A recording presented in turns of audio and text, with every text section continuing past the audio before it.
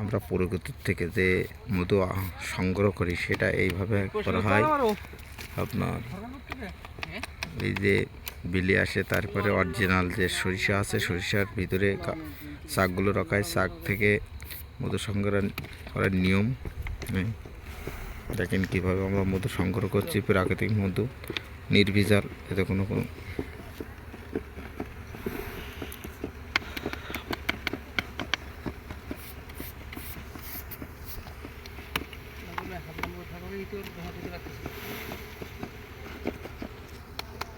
ভাই 1 মিনিট কথা বলি। ভাই আপনার নাম? মারুফ। প্রতিদিন কত কেজির মতন মধু আহরণ করেন এখানে? চাক সংখ্যা কতটা আছে এখানে? প্রতিদিন মধু হয় না। তা ওই কি সপ্তাহে না কয়দিনের মাথায় আপনার মধু সংগ্রহ করেন চাক থেকে? সপ্তাহে মধু সংগ্রহ করা লাগে। হয়। জি। চাকের সংখ্যা কতটা আছে? 600-এর মতো চাক। 600-এর মতন চাক আছে। তা আপনার সপ্তাহে কত কেজি মধু আহরণ করেন?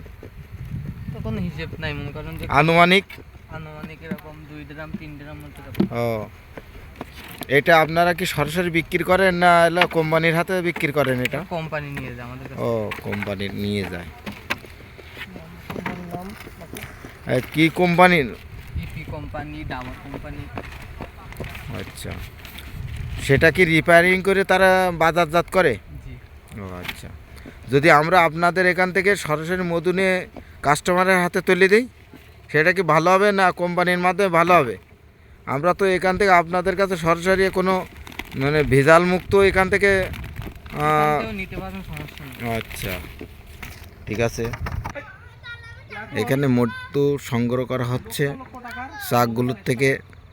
শাকের যে মধুর এটা এনে এখানে মেশিনের মাধ্যমে মধুটা সংগ্রহ করা হচ্ছে। মধু সংগ্রহ করা হচ্ছে, দেখেন কিভাবে। অরিজিনাল মধু এখান থেকেই পাবেন। অনেকে অনলাইনের মাধ্যমে মধু দেয়, সেটা হলো অনেকে ভেজাল থাকতেও পারে। তবে এখান থেকে মধু যদি আমরা দিই যে একেবারে নির্ভেজাল, কোনো রকম ভেজাল পাওয়া গেলে সম্পূর্ণ টাকাটা রিটার্ন করা হবে। ভাই, এখানে যে মধুটা সংগ্রহ করছেন, এ কি কোনো ভেজাল আছে এর ভিতরে? এতে কোনো ভেজাল নেই, 100% খাঁটি এখানে। আর মধুর রঙটাও দেখেন একেবারে কালচে।